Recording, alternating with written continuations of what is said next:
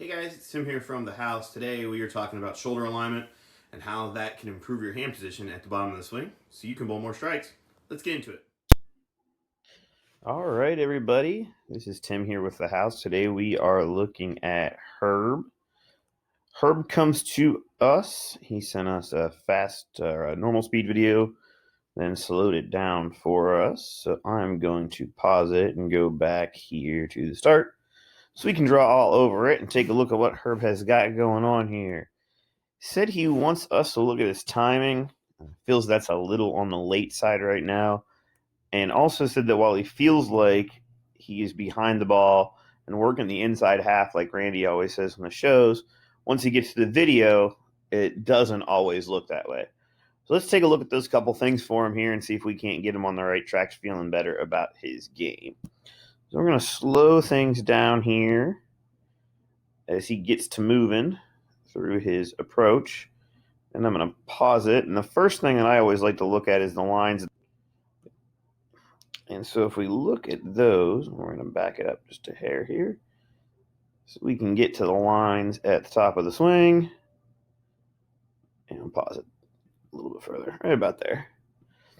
What we see here is we've got this kind of going that way. Upper body is there. But what we've got going on here is the shoulders and the ball. Shoulders are wide open to the target, even though we're sliding kind of sort of towards the middle of the lane, probably about 25. And the ball is up just a little bit behind the body. If we kind of rewind it there a smidge, roll it through here again, we'll get to where it is just a bit behind the body. So what we want to do here, and the reason why I think that he feels like he's working the outside half of the ball on video, is because of these shoulders being as open as they are here with the ball behind him. You got the ball there behind him. So what I would suggest doing is working really hard at keeping the shoulders closed up a little bit more to the target. Because what's going to happen here as we play it and he goes down through is those shoulders and hips, in order for him to get the ball going straighter off of his hand, have to kind of shift real fast and kind of pivot real quick back to square to the target. When that happens, that swing is going to route this way. And when that happens and the swing starts to route out to the right, what we wind up with is exactly what he says he sees in the video. When you get to the bottom of the swing, you've got that elbow kind of coming out around the side of the ball. And while the hand is still technically behind the ball, the elbow is out to the side and the shoulder is kind of out in front of it as well. So from a rotation standpoint, it almost is like you're working the side of the ball instead of the inside half of it. When we go back to the start, though, I always like to look at things from the start and see where we kind of get to that spot from. So as we roll through this again, I'm going to watch the push away, which goes to the right. Push away goes out to the right. At this point, we're still in pretty good shape. Lines are good. Ball's pretty much square with the side. Nothing to complain about there. It's right about here where that ball starts to tuck way up behind and the shoulders start to come open. So what I would start to work on is keeping those shoulders square with your target. You don't want them to be square with the foul line. That was an old adage from 50, 60 years ago where even when I started bowling, used to have youth coaches say, oh, keep your shoulders square to the line. Keep your shoulders square to the line. Those were back in the days when we never hooked it. Now you have to have the shoulders and the hips open to the target in order to get the ball to feed to the right off of your hand. But when you're playing a little bit more direct, like what you're doing here, it looks like you're probably laying it down around 17, 18. It's getting out to about 10-ish, give or take. Not a ton of angle through the front of the lane to where you would want to have those shoulders wide open like that. So that's that. As far as the timing goes, What I'm seeing as far as the timing is it's really not bad.